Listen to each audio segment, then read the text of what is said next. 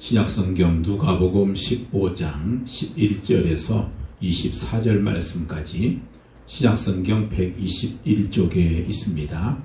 누가복음 15장 11절에서 24절 말씀까지 우리 함께 믿음으로 합독하도록 하겠습니다.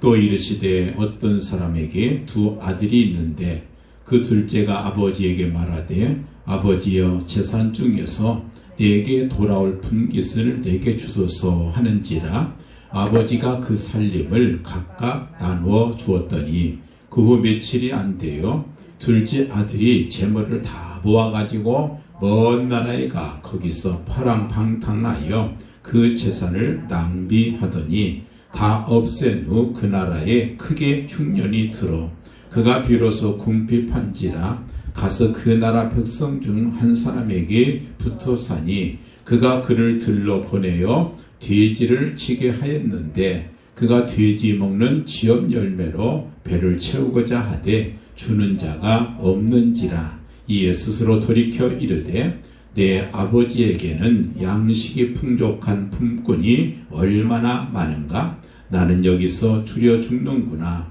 내가 일어나 아버지께 가서 이르기를 아버지 내가 하늘과 아버지께 죄를 지었사오니 지금부터는 아버지의 아들이라 일컬음을 감당하지 못하겠나이다. 나를 품꾼의 하나로 보소서 하리라 하고 이에 일어나 아버지께로 돌아가니라. 아직도 거리가 먼데 아버지가 그를 보고 측은히 여겨 달려가 목을 안고 입을 맞추니 아들이 이르되 아버지 내가 하늘과 아버지께 죄를 지었사오니 지금부터는 아버지의 아들이라 일컬음을 감당하지 못하나이다 하나 아버지는 종들에게 이르되 제일 좋은 옷을 내어다가 입히고 손에 가락지를 끼우고 발에 신을 신기라. 그리고 살찐 송아지를 끌어다가 잡으라. 우리가 먹고 즐기자. 이 내 아들은 죽었다가 다시 살아났으며 내가 잃었다가 다시 얻었노라 하니 그들이 즐거워하더라. 아멘. 우리가 신앙생활 한다는 것이 뭔가? 그게 세 가지 의미가 있을 것입니다. 그 첫째는 먼저 구원받아야 되죠. 구원받지 않고 어떻게 신앙생활을 할 수 있겠습니까? 그래서 죄로부터 구원받고 사망으로부터 구원받고 모든 악한 세력으로부터 구원받아. 그래서 이 사단의 종으로부터 지옥으로부터 그 권세로부터 해방받는 것, 이것이 바로 구원받는 것이죠. 이스라엘 백성들이 430년 동안 애굽에서 종살이하다가 해방받는 것, 이것이 바로 구원입니다. 아무리 종교생활을 열심히 해도 이런 구원의 해방이 없다고 하면 그것은 아무 소용이 없지 않습니까? 그래서 내가 구원받다는 것, 신앙생활한다는 것은 뭐냐면 한마디로 말해서 해방의 자유를 누리는 거예요. 모든 것으로 자유가 돼요. 이게 하나님의 백성들의 특권입니다. 모든 것으로 자유. 사람으로부터 자유, 물질로부터 자유, 세상의 모든 악한 세력으로부터 자유함을 받는 거죠. 그래서 이 자유는 언제 가능한가? 이 자유는요, 내가 복음으로 모든 걸 받아들일 때, 복음을 깨달을 때, 율법 아래서는 절대로 자유함을 줄 수 없습니다. 예수 그리스도 안에서 복음을 받아들일 때 바로 거기에 진정한 자유함이 있는 거예요. 그래서 구원받은 자만이 진정한 자유를 누릴 수 있다. 우리가 많은 신앙의 우리 선배들을 보면 그렇잖아요. 정말 신앙 좋은 사람들은요, 죽음으로부터 자유하고 사람들의 핍박으로부터 자유롭고 물질에도 자유로워요. 이건 없건 그거에 얽매이지 않습니다. 자, 두 번째는 내가 신앙생활을 한다고 하는 것은 이제 구원받았으면 뭐 해야 되느냐? 구원받았으면 할 것이고 이거 하는 거 없어요. 그죠? 하나님의 은혜를 누리는 겁니다. 하나님의 은혜를 누리는 거. 하나님의 축복이 뭔지도 모르는 사람들이 참 많습니다. 이건 크게 신앙생활을 잘못하고 있는 거예요. 하나님의 자녀가 되었으면 하나님의 자녀로서의 축복을 누릴 일도 알아야 되잖아요. 이게 신앙생활이란 말이에요. 지금은 좀 달라졌습니다만은 옛날에 이렇게 대통령의 아들이요 소통령이라고 그랬어요. 대통령의 아들은 소통령이다. 그래서 어디 가면요 내가 대통령의 아들이요 그러면 다 통합니다. 그 사람이 뭐 잘난 게 뭐가 있겠어요. 다 하는 거예요. 알았어, 내가 대통령 아들입니다. 그러면 벌써 지방에 가면은 거기에 경찰서장이 쫙 알고 떠서요, 다 정리해 줍니다. 그게 뭐예요? 그게 바로 만왕의 왕이시 되시는 창조주를 섭리 주시고 심판 주신 하나님의 자녀가 됐다고 하면 그 자녀로서의 축복을 마음껏 누리는 권세, 그 권세가 있거든요. 그것을 마음껏 누려야, 그래야 그것이 진짜 신앙생활을 잘하는 것이다 하는 겁니다. 마지막 세 번째는, 이제는 내가 복음 안에서 누리려고 있는 그 축복과 자유함을 이제 전하는 것이 이게 신앙생활이에요. 믿음 안에서 누리는 은사가 있고 또 자유함이 있잖아요. 이것을 나 혼자만 누릴 것이 아니고 함께 누립시다. 그렇게 권하는 것, 이것이 바로 성경입니다. 이 성경이 복잡해요. 굉장히 복잡한데, 그러나 여러 가지 방면으로 여러 가지 사람을 통해서 계속해서 말씀하시는 것이 바로 뭐냐면 이 세 가지예요. 성경 간단합니다. 이 세 가지를 계속 여러 사람, 여러 방향을 통해서, 여러 가지 사건을 통해서 계속해서 말씀하고 있는 게 성경이란 말이에요. 자, 그렇다면 이 세 가지 구원을 누리고 하나님의 축복과 은혜를 누리고 또 그것을 전하기 위해서 무엇이 필요하냐? 믿음이 필요합니다. 다른 거 믿으려고 하지 말고 복음만 믿으면 돼요. 복음을 믿었을 때에 우리가 구원받고, 그리고 복음 믿었을 때 하나님의 은혜를 누릴 수 있는 것이고, 복음의 은혜를, 축복을 누릴 수 있을 때 그때 모든 것이 형통한 거예요. 그래서 복음을 누리지 못하면서 다른 사람에게 어떻게 복음을 전할 수 있겠어요? 저는 복음 전도가 안 되는 것이죠. 그렇습니다. 믿음이 필요해요. 복음 믿는 믿음. 중요한 것은 이 믿음이라는 것은 세상으로부터 오는 것이 아니라는 거예요. 환경에서 오는 것도 아니고 사람에게서 오는 거 아니고, 이 믿음은 뭡니까? 위로부터 와요. 하나님께로부터. 성령님을 통해서만이 우리에게 믿음이 옵니다. 그래서 우리가 믿음으로 말하면 그 순간 이루어진다는 말이 거기서 오는 거예요. 믿음으로 말하면, 믿음으로 기도했으면 이제 참고 기대하기만 하면 반드시 기적이 되는 겁니다. 왜냐? 그 믿음은 위로부터 왔기 때문에. 여러분, 골치 아픈 일 있습니까? 믿음으로 기도하시고 더 이상 고민하지 말고 그냥 주무세요. 하나님께서 기적이 일어나게 되는 반드시 몇 번의 위기가 오게 되어 있습니다. 그렇지만 그 위기를 참고 기다리면 기적은 반드시 오게 되어 있습니다. 이게 바로 기도의 능력인 것이에요. 기적은 믿음으로 옵니다. 그 믿음 어디서 옵니까? 들으면서 난다 그랬어요. 듣는데 어떤 것을 드려야 되겠습니까? 바로 그리스도의 말씀으로 말미암느니라. 그래서 믿음은 기적을 따르게 한다는 것입니다. 그래서 이것이 바로 영적인 법칙이고 영적인 과학입니다. 반드시 거두게 되는 것. 그래서 믿음을 심으면 반드시 거둔다. 이것이 영적인 과학이란 말이에요. 심어야 거둘 거 아니겠어요? 심어야. 그걸 뭘 심습니까? 믿음을 심으라는 거예요. 그 믿음 어디서부터 옵니까? 그리스도의 말씀, 다시 말해서 복음을 들었을 때 거기서 믿음이 오는 것이고, 그 믿음이 심김이 되어서 그것이 기적을 낳게 한다는 것입니다. 오늘 말씀은 우리가 잘 아는 말씀이죠. 탕자의 비유입니다. 그렇지만 실상은요, 이것은 탕자의 비유가 아니라 좋은 아버지의 비유입니다. 좋은 아버지. 탕자는 하나도 내세울 게 없어요. 주인공이 탕자가 아니에요.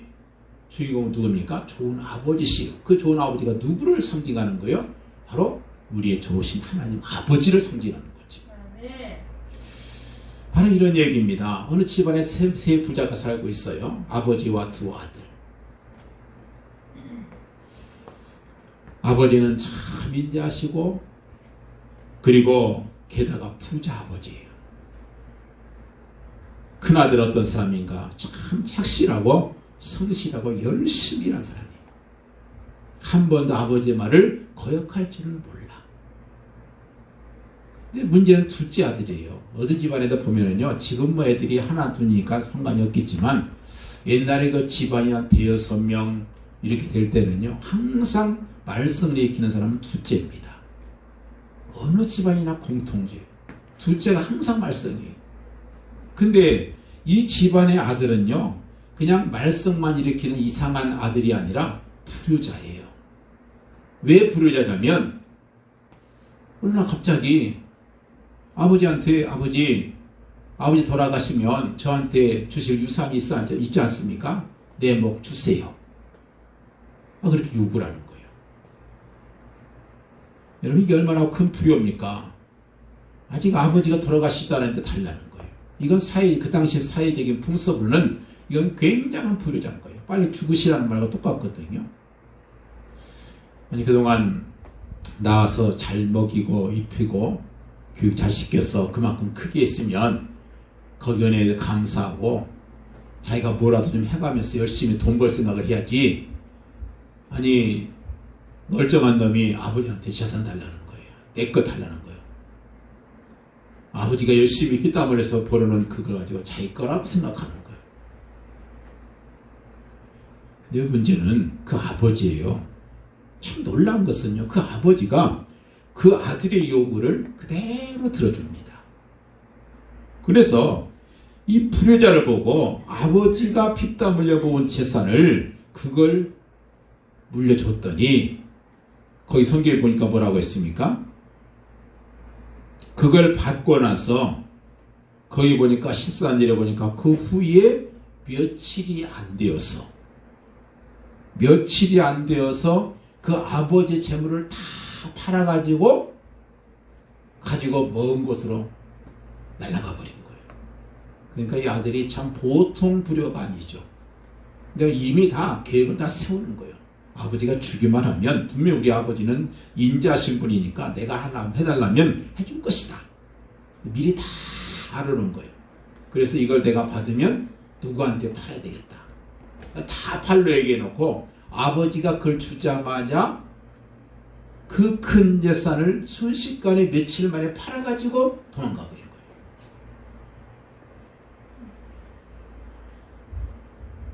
그거 가지고 가서 열심히 잘해서 사업 잘해서 돈 벌었으면 참 좋겠는데, 싹수가 돈한 그 아들이 뭘 가서 할 수 있겠어요.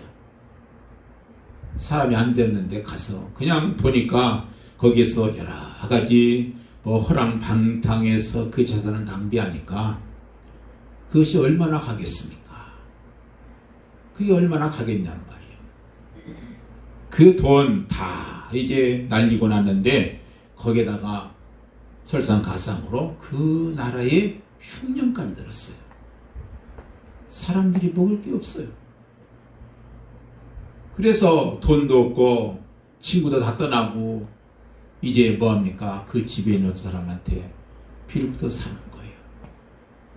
근데 그 빌부터 사는 그 주인이 그 아들을 어디로 보냅니까? 들로 보내가지고 들에서 돼지치기를 시키는 거예요. 거기에서 먹을 게 없어요. 그래서 돼지한테 먹이는 그 쥐염 열매가 있는데 진짜 그냥 우리나라 말 무슨 등나무 껍질 같은 열매 같은 그런 거거든요. 비슷한데 그거를 돼지가 먹는데 자기도 그걸 먹고 앉아있는 거예요. 이러다 도저히 못 살겠다. 그래서 차라리 이것보다는 아버지 집에 가서 내가 차라리 품꾼으로 일하는 게 훨씬 더 낫겠다. 내가 돌아가리라 하고 이제 집으로 돌아옵니다. 여러분, 참 그런데 돼지치기면은 뭐요? 직원이잖아요. 그죠? 그러면 하필이면 적어도 일꾼이면은 먹을 건 줘야 될 거냐. 그죠? 근데 먹을 걸 또 안 주는 그런 주인인 거예요. 그냥 한마디로 말해서 아주 악독한 주인을 만난 겁니다. 만나도 적어도 일 시키면 일꾼의 월급은 안 줘도 먹을 건 줘야 되잖아요. 숙식은 제공이 될 거 아니겠어요? 근데 그것도 안 주는 거예요. 우리가 살다 보면 나는 왜 이렇게 어렵고 안 되겠지? 왜 이렇게 만나도 이상한 사람 만나게 되고 왜 하는 것마다 안 될까? 근데 보세요. 그것이 복이에요. 하나님을 떠나서 잘 되는 것은 절대 복이 아니고 그건 저주입니다. 하나님을 떠나서 잘 되면 그것은 저주다. 오히려 안 되는 것이 복이에요. 아버지를 떠나서 거기에서 잘 되면 안 돼요. 먹을 거, 그나마도 먹을 거 있으면 그 아들이 돌아오겠습니까? 먹을 것도 없으니까 돌아오는 거예요. 그래서 아버지께 돌아가는 그런 아들이 된 것입니다. 여러분, 만약에 여러분이 이런 입장이면 어떻게 생각하겠습니까? 자, 그런 아들이 돌아왔어요. 그러면 그런 아들을 어떻게 여러분 대하시겠습니까? 그런 자녀가 있으면 어떻게 그를 맞이하겠냔 말이에요. 아마 좀 과격한 부모는 몽둥이로 두개 패서 쫓아내버리겠죠. 너 같은 것은 내 아들이 아니다. 우리 같으면 거의 다 그렇게 할 거예요. 근데 놀라운 것은 이 본문에 나오는 아버지는 그 아들을 어떻게 대우했는가? 첫째는 아버지가 환대를 합니다. 어느 정도 환대하냐면 탕자는 미안하니까 돌아올 때 천천히 어슬렁어슬렁 발걸음이 얼마나 무겁겠어요. 한 걸음이 천근같이 그렇게 걸어오는데 아버지는 어떻게 합니까? 달려가서 입을 맞추고 맞았다 그랬어요. 달려가서 목을 감싸고 그래서 입을 맞추면서 열정에 넘쳐서 여러 번 했다 그 말이에요. 달려가는 거예요. 얼마나 환대입니까? 거기다가 좋은 옷을 입히죠. 또 손에다는 가락지를 끼워주지요. 발에다는 신을 신겨줍니다. 그러니까 신발도 없었다는 얘기예요. 그 당시에는 신발을 주인이나 신는 거지 종들은 못 신었어요. 그러니까 신발도 없으니까 신발도 신겨주고 게다가 살찐 송아지까지 잡아가지고 큰 잔치를 벌려줍니다. 여러분, 이런 아버지 태도가 정당한가? 이건 잘못된 거 아닙니까? 차라리 때려서 버릇을 고쳐야 되는 거 아니에요? 그래서 첫째 아들이 밭에서 열심히 일하다가 집에 도착해 보니까 무슨 풍류 소리가 나고 춤추는 소리가 나는 거예요. 그래서 종한테 묻습니다. 도대체 무슨 일이냐? 그랬더니 당신 동생이 돌아왔는데 아버지가 그의 건강한 몸으로 다시 돌아온 것을 맞이해서 그것 때문에 살찐 송아지를 잡았나이다. 그랬어요. 그러니까 큰아들이 화가 났어요. 나 집에 안 들어가겠다. 아버지가 나서 권합니다. 그때 아들이 하는 말이 뭐예요? 첫째 아들이 하는 말이 내가 여러 해 동안 아버지를 섬겨서 명을 어긴 것이 하나도 없었거늘 내게는 염소새끼가 하나 주어가지고 나와 내 친구들과 더불어서 즐기게 한 일이 있었습니까? 그런 거 없었더니 어떻게 아버지의 그 손 살림을 창기와 함께 버려 먹어버린 저 아들이 돌아왔는데 이를 살찐 송아지 잡으십니까? 물론 창기와 함께 없었다는 것은요, 그것은 형의 생각이에요. 뭐 허랑방탕했으니까 그 중에 있겠지만 여러분, 여기서 우리 본문의 중요성을 알아야 돼요. 예수님께서 왜 비유를 말씀했겠냐? 왜 이런 정말 말도 안 되는 그런 일을 생각해야 되는가? 왜 이런 말씀을 했냔 말이에요. 당연히 아버지는 방탕한 둘째는 혼내주고 근신시키든지 아니면 광에다가 가둬놓고 또 거기서 회개해라 그렇게 해야 되는 것이고 아버지의 말을 잘 들은 큰아들에게는 송아지를 잡아서 잔치를 벌려주는 것이 그게 마땅한 거 아니겠습니까? 이것이 윤리고 이것이 도덕이고 이것이 종교예요. 그런데 아버지는 그렇게 하지 않았습니다. 오히려 엄청난 환대로 그 둘째 아들을 맞이합니다. 그럼 아버지가 틀렸는가? 그게 아니에요. 바로 이것이 복음이에요. 바로 여기에 복받는 비결이 있습니다. 복받는 비결이 뭐냐? 한마디로 말해서 어떤 아버지인가? 어떤 하나님인가? 내가 믿는 하나님이 어떤 하나님이냐? 이것을 바로 알자는 거예요. 이것이 복받는 비결입니다. 첫째 아들의 잘못이 뭔지 아세요? 열심히 일한 거, 성실한 거, 아버지의 명을 거역하지 않은 거, 이것이 잘못이 아니라 자기가 함께하고 함께 살고 있는 참 아버지의 그 모습을 모른다는 게 잘못이에요. 그러니까 죽도록 일하고 나서도 나는 염소새끼 한 마리도 얻어먹지 못한 그런 아들이다. 아버지를 모르면 아버지 축복을 누리지 못하게 되어 있습니다. 축복은 어디에 있는가? 믿음이 있는 곳에, 복음을 믿는 믿음 있는 곳에 그곳으로 이 축복은 쏠리게 되어 있습니다. 예수 믿는 것이 참 힘들다. 그렇게 많은 사람들이 있어요. 그건 잘못 믿는 거예요. 잘 믿는 게 아니에요. 믿음이라는 것은 뭐냐? 하나님의 축복을 누리는 것이 믿음이다. 그래서 복음만 믿으면 그렇습니다. 자기복하기, 지하기 나름이다. 그런 말 있잖아요. 지하기 나름이다. 자기복, 자기가 하기 나름이라는 거예요. 복받는 믿음 계속 가지고 있으면 계속 복받는 것이고, 반대로 가게 되면 멸망으로 가게 되는 것입니다.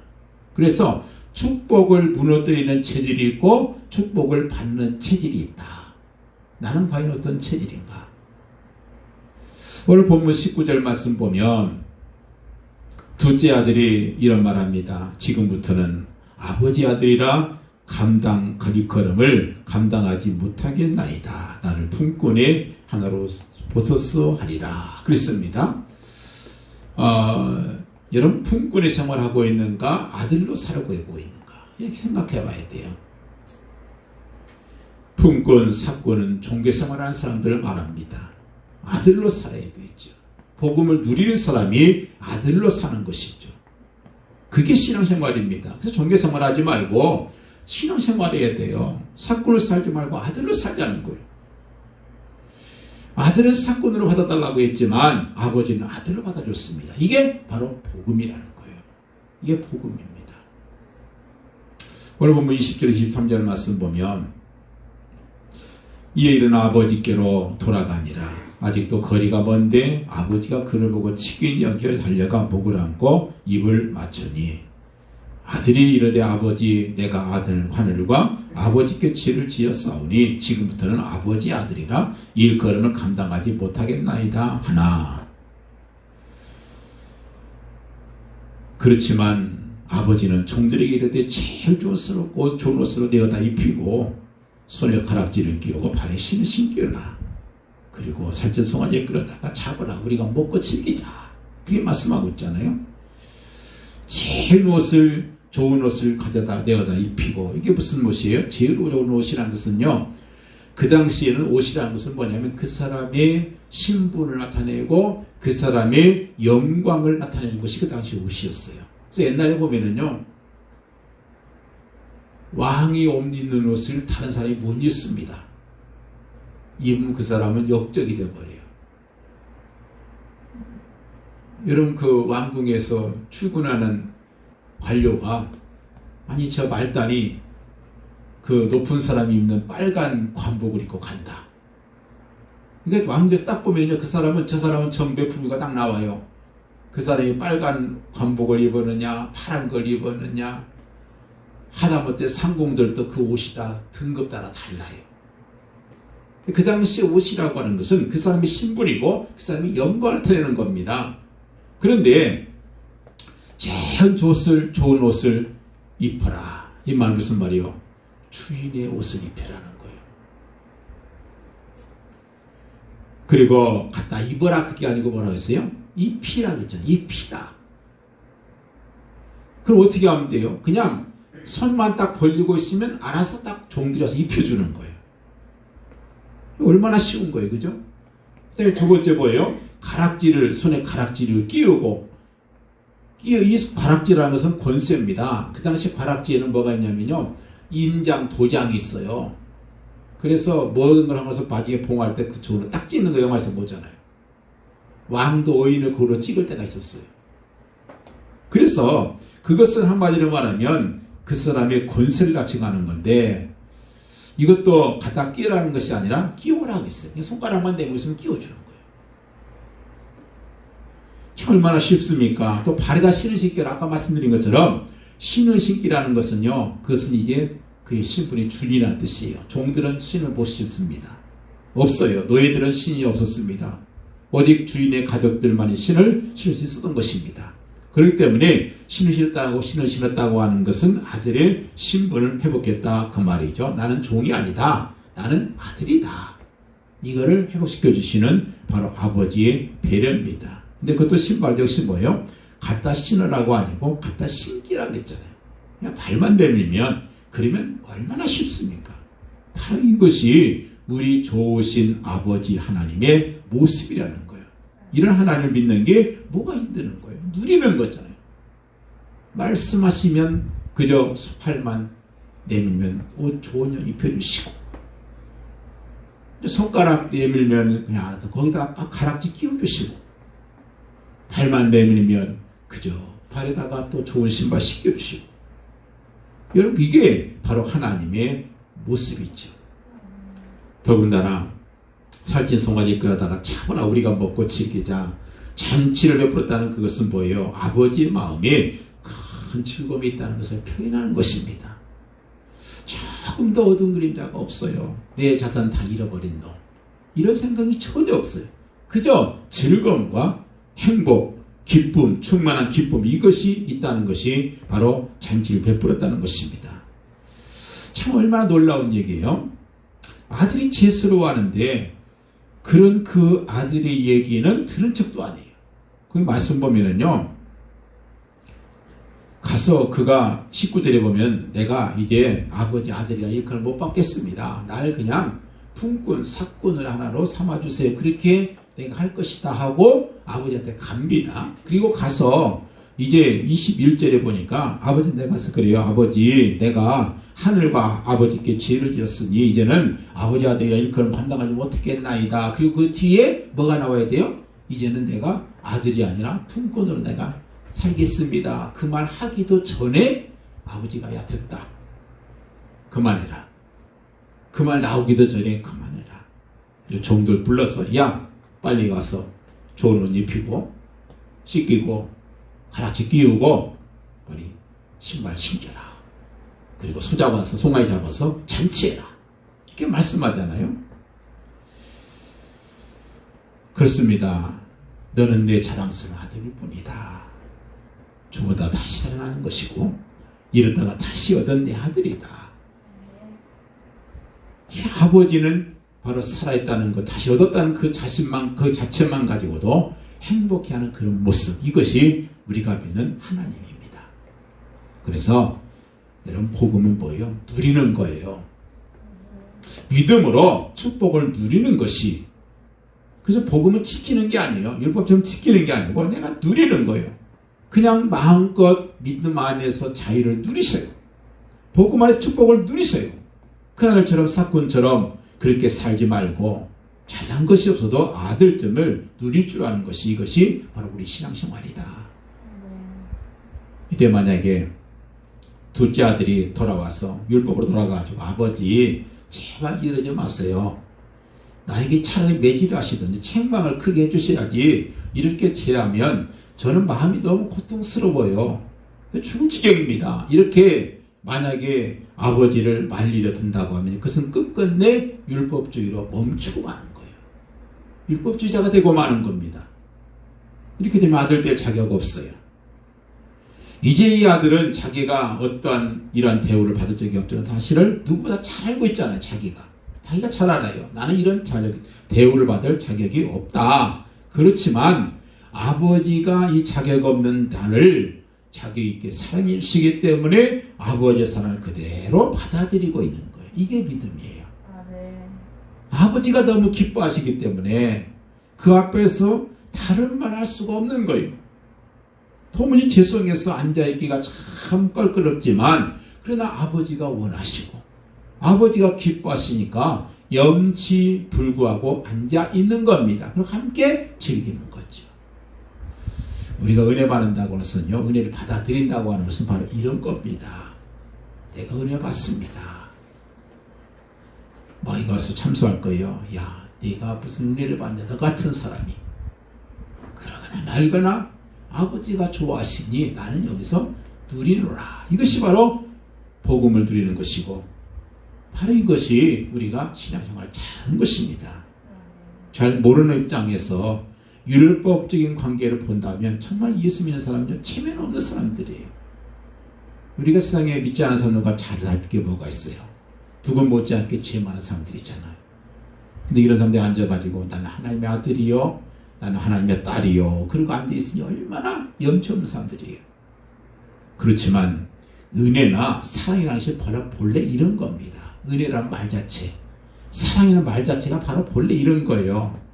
저쪽에서 나를 사랑하면 그만이지 내가 이쪽에서 자격이 있고 없고 이것이 무슨 소리냐 말이에요. 사랑받는다고 생각하면 사랑받는 줄 알고, 사랑한다고 하면 사랑한 줄 아는 거, 사랑받을 자격이 있건 없건 그것은 내가 상관할 바가 아니다. 이것이 바로 은혜에 대한 믿음의 모습인 것입니다. 우리는 이제 여기에서 참 중요한 교훈을 생각하게 돼요. 혼인걸프에 가면 집 나갔다 돌아온 탕자가 얼마나 훌륭한가, 이런 탕자를 영무시하는데 그런 것이 없다는 거예요. 여기 탕자가 잘난 것이 하나도 없어요. 이 비유의 주인공은 탕자가 아니라 탕자의 좋으신 아버지다. 그래요. 그분은 바로 우리가 믿는 하나님이시다.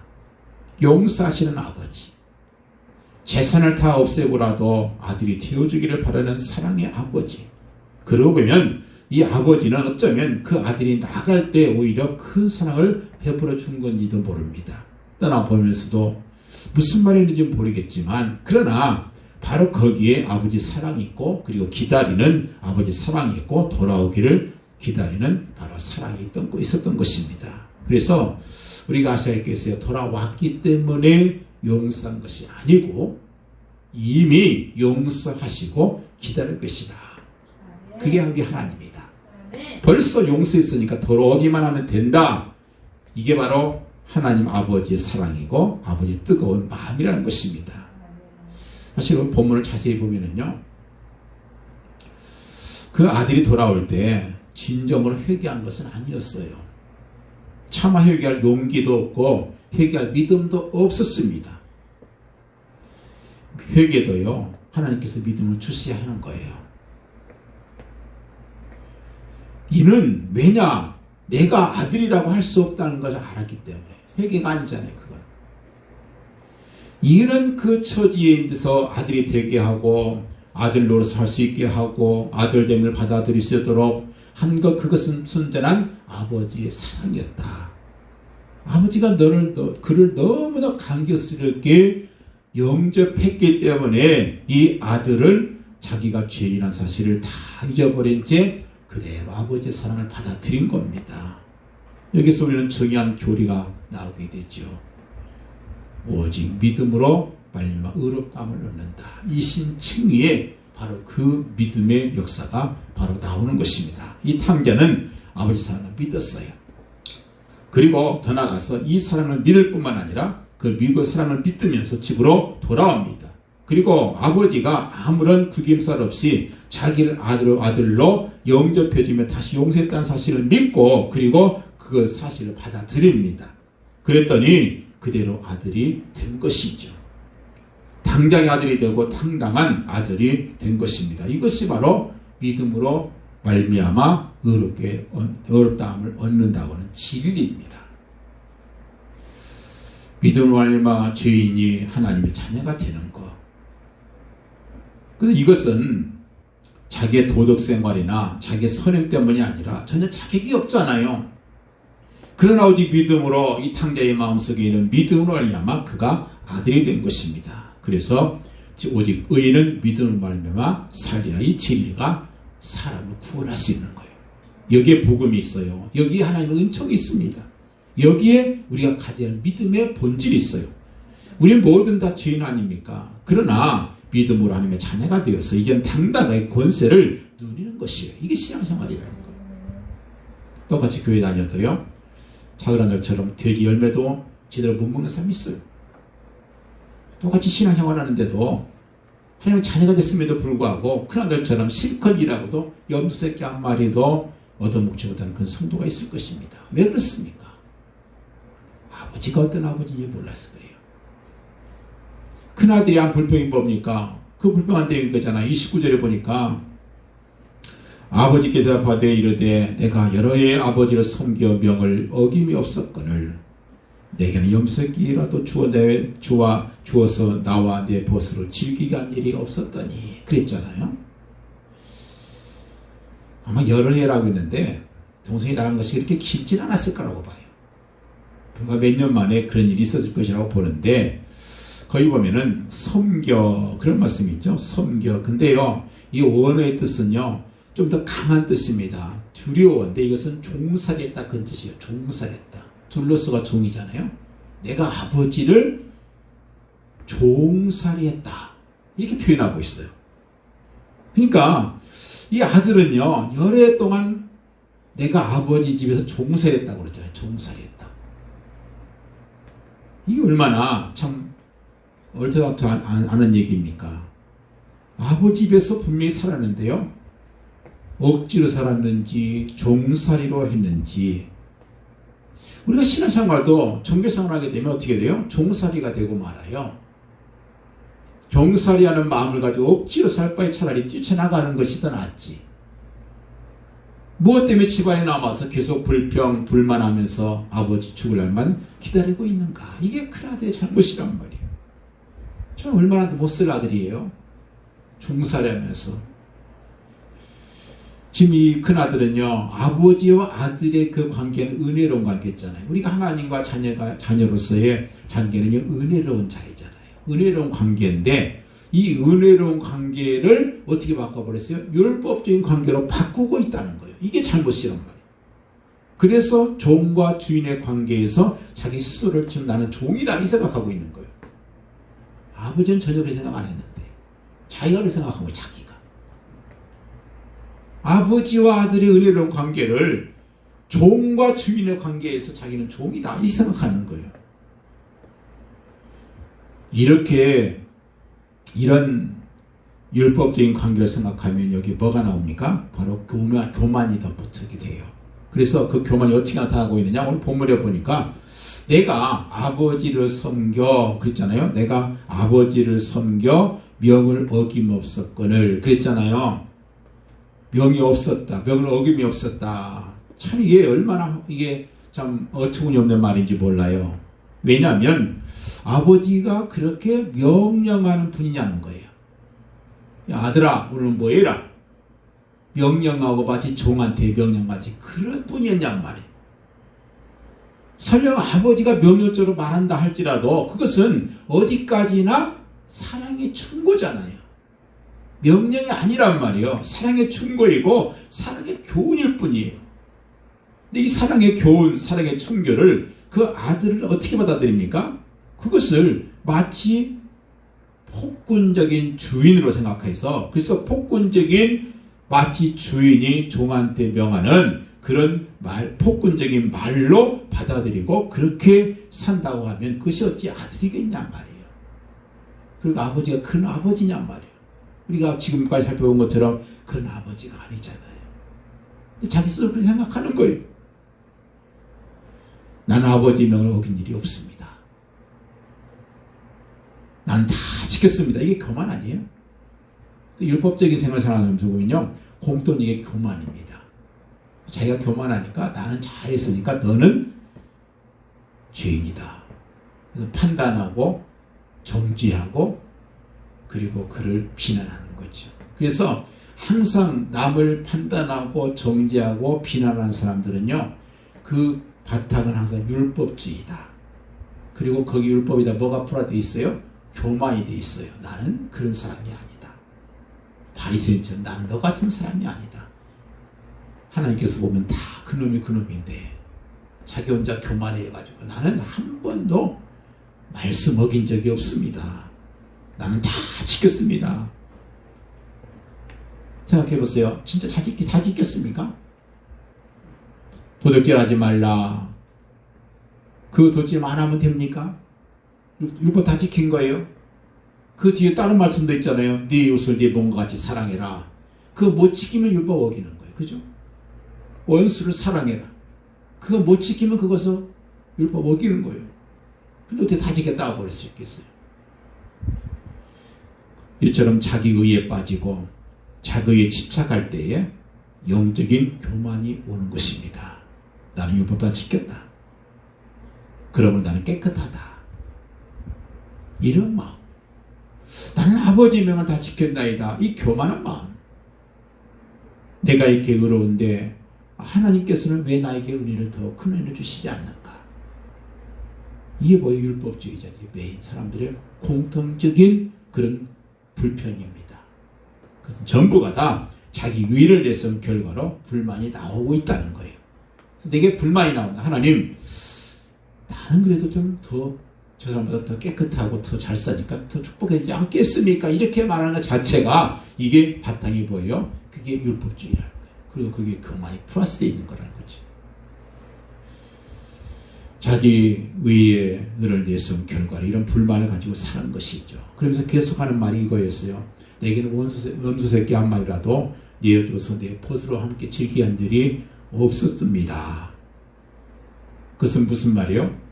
아버지는 나를 즐겁게 한 일이 한 번도 없었다는 거잖아요. 그죠? 아버지 집에 산다는 자체가 즐거움이 되지 않겠어요? 내가 아버지와 함께 산다. 이 자체가 즐거움이 되죠. 이게 뭘 더 바라냔 말이에요. 내가 아들의 자격으로 내가 아들의 일을 한다는 것 자체가 이것이 의미에 있어서 특별한 특권적인 즐거움이 있어야 되잖아요. 내가 하나님의 자녀다. 내가 하나님과 함께하는 삶이다. 세상에 신 마귀와 함께하는 사람이 아니라 나는 하나님의 자녀고 하나님과 함께하는 사람이다. 이것이 나에게 즐거움이 되어야 되잖아요.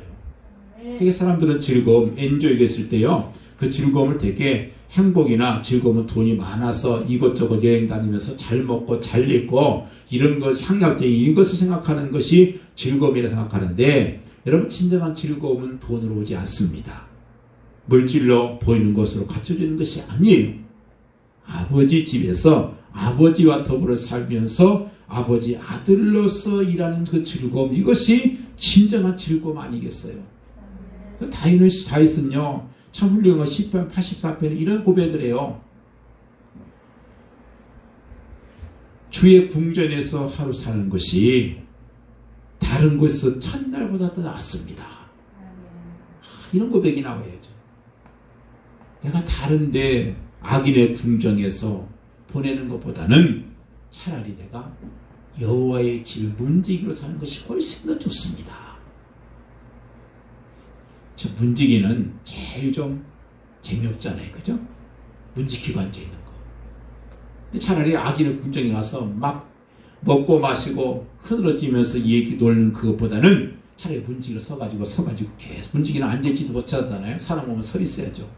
검사해야 되잖아요. 바빠요. 힘들어요. 계속 왔다 갔다 해야 되잖아요. 서 있어야 돼요. 차라리 그게 있는 것이 악인의 궁정에서 악인이 살고 있는 그곳에서 그저 거기서 막 그냥 방탕하면서 먹고 마시고는 보다 훨씬 더 낫다. 이것이 다윗의 고백이에요. 여호와의 궁전에서 하루 있는 것이 그 하루가 다른 데서 첫날보다 훨씬 더 낫다. 그렇습니다. 하나님의 집에서 하나님의 자녀로 살아가는 그 즐거움, 이 즐거움 누구도 빼앗을 수 없는 영원한 바로 즐거움이 되는 것입니다. 휴식이라는 것이 뭐겠어요? 휴식이라는 것은요, 내가 하고 싶은 일을 하면 그것이 곧 휴식이에요. 아무것도 안 하는 것이 휴식이 아니고 듣고 싶은 소리 들으면 그것이 음악이고요. 음악이 따로 있는 거 아니에요. 내가 듣고 싶은 소리 들으면 그 음악이 되는 것이고, 듣고 싶지 않은 것은 억지로 들어도요, 그것은 음악이 아닙니다. 그건 즐거움 대신에 고통이죠. 그나저나 말합니다. 내게는 염소새끼 한 마리 줘가지고 내 친구와 더불어서 먹게 했습니까? 그때 아버지가 말하는 게 뭐라고 했어요? 아버지는 역시 아버지예요. 그때 아버지가 말하길 뭐라고 했냐면, 아버지가 이르되 31절에가 너는 항상 나와 함께 있었으니 내 것이다 내 것이 아니었느냐, 이런 말씀을 해요. 다 내게 있는 것이다 내 것이다. 내 것이다 내 것인데 네가 네 마음대로 왜 그걸 사용하지 못하고 있느냐, 이 책망이에요. 내 것이다 내 것이다. 아니 난 받은 거 하나도 없는데요. 아니다, 내 것이다 내 것이다. 여러분, 우리가 세상을 볼 때 신앙의 눈으로 보시기 바래요. 영적인 눈으로 보시란 말이에요. 온 세계가 누구 거예요? 하나님의 것이잖아요. 그죠? 뭐 사람들이 뭐 이 건물은 내 것이고 이 농장은 내 것이고 아무리 떠들어봐야 자기 거 아니에요. 다른 사람 것도 아니에요. 그건 하나님의 겁니다. 그 하나님의 것이 다 내 것이다. 온 세계가 하나님의 것이라면 또한 이 세계, 이 내가 보이는 모든 세계가 다 내 것이다. 이런 생각을 가지고 세상을 보란 말이에요. 좁은 아파트에 살면서 정문이 없다고 아쉬운 사람도 있잖아요. 창문 열고 밖에 나가면 다 내 정문이잖아요. 하나님 거예요. 다 내 것이잖아요. 어떤 집 가면은 옛날 중국도에 보니까 담장이 한 100m는 되더라고. 담장 높이 쳐놓고 그 안에다가 정문서 써가지고 막 나무들 멋있게 감고놓고 그러고 자기 혼자만 그걸 보고 즐기는 거예요. 이왕 멋있게 꾸며놨으면 나만 볼 게 아니라 담장을 낮춰가지고 다른 사람도 정문 볼 수 있게 하면 참 얼마나 좋겠어요. 근데 다른 사람 못 보게 담장 높이 쳐놓고 그리고 자기 혼자만 즐기고 그 안에 있는 거예요. 그게 여러분, 그게 낙원입니까? 감옥이지. 동물원에 동물들하고 차이가 뭐가 있어요? 갇혀 있는 거잖아요. 그 안에 자기 스스로 담장 만들어 놓고 감옥 살려고 있는 거지. 동물에는 동물과 다를 게 없단 말이에요. 임자가 따로 있는 거 아니에요. 그냥 보는 사람이 임자입니다. 먹는 거 아니면 다 내 거예요. 누가 멋있는 옷을 입고 있다. 그 입고 있는 사람은 자기 옷 잘 못 봐요. 거울이나 봐야지. 다른 사람들이 다 보잖아요. 아, 저 참 멋있네. 이쁘네. 그럼 그 순간은 내 거죠. 그 생각하는 말이에요. 그렇습니다. 한강을 내려다보면서도 즐거워하면 그 한강이 다 내 것이 되는 거죠. 제가 여행할 때 보니까 어떤 사람은 그럴 거예요. 아, 여행비가 너무 비싸네. 그런데요. 좀 생각해 보세요. 내가 만약에 미국에 간다. 내가 만약에 미국 가려고 비행기를 사면 얼마나 많이 들겠어요. 또 조종사 훈련시키려면 돈이 얼마나 많이 들어요. 거기에 일하는 사람들 다 부리려면 돈이 얼마나 많이 들겠습니까? 또 비행장 하나 만들려면 그 돈이 한두 푼이에요. 여러분, 그래서 정말 내가 여기에 갈 수 있도록 나를 위해서 다 하나님께서 이렇게 비행기도 만들어 놓으시고 조종사도 다 키워 놓으시고 일꾼도 다 오래 날려주시고 비행장도 만들어 놓으시고 그래서 내가 조금만 내면은 다 하나님께서 나를 이렇게 사용하도록 하셨구나. 이 생각하면 너무 감사하죠. 그게 은혜를 드리는 거잖아요. 하나님께서 나를 이렇게 먼 곳으로 보내시기 위해서 미리 다 준비해 놓으셨구나. 돈만 조금만 내면 척척 안에 다 해주니까 얼마나 감사한지. 아버지 것은 다 내 것이다. 여러분, 이건 누리시면 돼요. 이제 미국의 국립공원 가면요 얼마나 넓은지요. 우리 남한의 4분의 1 되는 공원도 있어요. 그런 공원 하나 사서 운영하려면 얼마나 돈이 많이 들겠어요. 그리고 일생에 가서 몇 번이나 가겠어요. 근데 하나님께서 다 줄여놓으시고 준비해 놓으시고 구경시켜 주시고 또 구경하다 배고플까 봐서 식당도 만들어 놓으시고 또 이동하기 위해서 차도 다 만들어 놓으시고 얼마나 감사하냔 말이에요. 오늘 말씀 중요합니다. 모든 것이 모든 아버지 것이다. 내 것이다. 이 믿음 가지고 사시기 바래요. 소유에 대해서 너무 집착하지도 말고 너무 협소하게 생각할 것도 없습니다. 아버지 세계가 다 내 것이고 내 것이라고 주어봤자 그저 숨지면 다 끝나는 것이다. 내 것이 안 될 뿐더러 사실은 내 것도 아니에요. 남의 것도 아니고 내 것도 아니에요. 모든 것이 다 누구 것이냐? 아버지 것인데 그 아버지 것도 내 것이다. 이것이 바른 신앙인의 생각이라는 것입니다. 그럼에도 이 큰아들은 그것을 이해하지 못하기 때문에 그래서 아버지가 답답해서 하신 말씀인 거예요. 너 나와 함께 살고 있지 않느냐? 그 내 것이나 네 거 아니냐? 이런 그 답답한 그 아버지의 마음을 지금 말씀하고 있는 것입니다. 결론적으로 말씀드려요. 하나님의 사랑은 어떤 사랑인가? 모든 것을 다 주시는 사랑이다. 12절에 보니까 아버지가 그 살림을 각각 나눠줬다. 다 주시는 분이에요. 다 당시 유산법에는 아버지가 죽은 후에 돌아가신 후에 주는 것이 원칙이지만 그 무례한 아들에게 다 주지 않습니까? 지금도 마찬가지예요. 독생자까지 주신 하나님께서 무엇을 아끼겠느냐? 아들과 함께 이 모든 것을 아들을 내주시니까 아들과 함께 모든 것을 우리에게 주시지 않겠느냐? 이게 사도 바울이 깨달은 진리예요.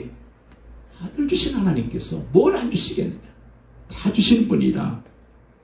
두 번째로 하나님의 사랑은 돌아오기를 기다리는 사랑이다. 지금 아무리 하나님을 떠나서 간 사람이라 할지라도 그저 아직도 먼 데인데 아버지가 저를 보고 치빙이 달려와서 목을 안고 입을 맞추는 그런 하나님. 그렇습니다. 탕자의 모습으로 된 아들 알아보기도 힘들었을 거예요. 갈 때 나도 멋진 옷 입고 갔을 건데 거지가 돼가지고 왔으니 알아보기도 힘들어요. 근데 아버지는 알아봐요. 그리고 달려갑니다. 그리고 그를 알아보고 달려가서 끌어안고 돌아오기를 기다리는 아버지. 세 번째로 아버지의 사랑은 무조건적으로 용서하시는 사랑이다. 가서 목을 끌어안고 입 맞췄다. 이 말은 가족을 받아줬단 말이잖아요. 좋은 끌어안고 입 맞추는 아버지가 어디 있어요? 아들 잘못 따지지도 않습니다. 책망도 안 해요. 그냥 무조건 용서해요. 이게 하나님의 사랑이에요. 마지막으로 그 아버지의 사랑은 아들의 지위를 다시 회복시켜 주는 사랑이다. 그 어떻게 살았건 상관없어요. 내가 주님을 영접하고 하나님께 돌아오는 순간 나를 하나님의 자녀로 신분과 권세를 다시 허락하시는 바로 그분이라는 것입니다. 24절에 보니까 이 아들은 죽었다가 다시 살아났노라. 내가 잃었다가 다시 얻었노라 하니 그 아들이 그들이 즐거워하더라 그랬습니다. 이것이 바로 하나님의 사랑입니다. 인간은요 사랑을 받아야 사랑구실해요. 사랑 못 받은 인간은요 절대로 사랑구실을 못합니다. 그래서 인간은 사랑을 받아야 돼요. 근데 많은 사랑 중에도 특별히 하나님의 사랑을 받아요. 하나님의 사랑을. 마치 세상의 모든 만물들이 햇빛을 받아야만이 살 수 있는 것처럼 우리 인간은요 하나님의 사랑을 받아야만이 살 수 있습니다. 내가 의식하든 의식하지 않든 하나님의 사랑만이 우리에게 참 기쁨을 주고 참 행복을 주신다는 사실이에요. 우리에게 어떤 죄가 있다 할지라도 하나님 무조건적으로 사랑해 주신다는 사실을 우리가 믿고 이 시간 하나님의 사랑을 의심하지 말고 그걸 다 받아들일 수 있게 되기를 예수님으로 간절히 축원드립니다. 기도합니다. 할렐루야. 아버지 감사합니다. 오늘도 주님 역사하시고 인도하신 감사하며 하나님의 사랑 깊이 깨닫고 또 누리고